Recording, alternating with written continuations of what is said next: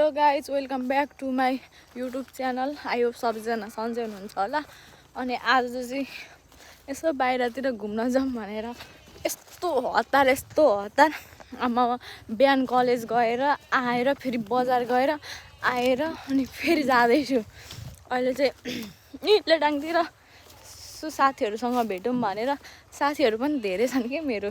एउटालाई भेट्यो फेरि अर्कोलाई भेट्ने बेला हुन्छ। मेरो साथीहरू टन्नै रहेछन्।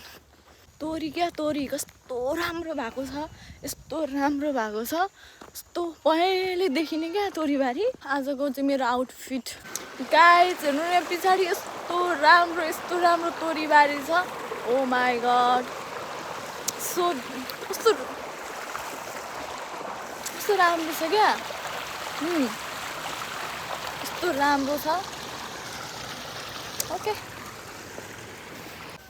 एक्लै छु, जङ्गलको बाटो छ, पुरै डेन्जर जङ्गल होइन, बाँसघारीको बाटो छ। अरूको जिन्दगी देखेर छक्क लाग्छ अनि आफ्नो जिन्दगीलाई हेर्छु कि म फेरि आफ्नो जिन्दगी देखेर वाक्क विरक्त प्याक्क, यस्तो अनुहारको गति पीडा जति दिलमा मान्छे चिलमा भने जस्तै भा हेर्नेले ओ यो केटी त कति घुमेको पैसा सिद्धिएको थाहा छैन, कति घुमेको पैसा सिद्धेर अहिलेसम्म मैले त्यो घुम्ने, लुगा किन्ने, खाएको पैसा राखेको भए कसम धेरै त होइन 5 लाख रुपियाँ ब्याङ्क ब्यालेन्स चाहिँ हुन्थ्यो, त्यति त भइहाल्थ्यो नि। मन कस्तो छ, मन विनोद चौधरीको छोरी जस्तो।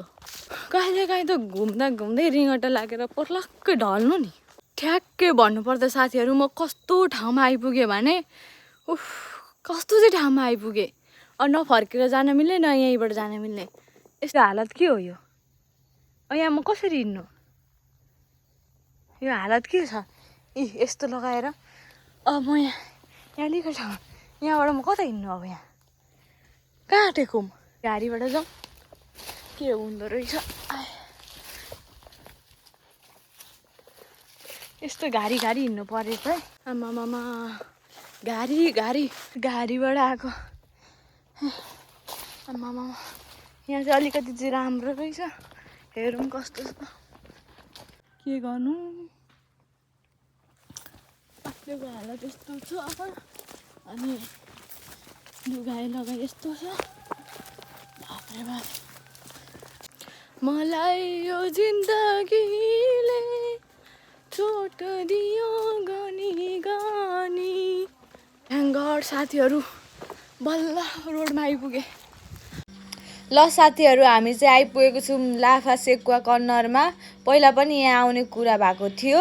हाम्रा प्यारीहरूसँग म चाहिँ आइपुगिसकेको छु अनि हाम्रो चाहिँ अर्डर पनि आइसक्यो।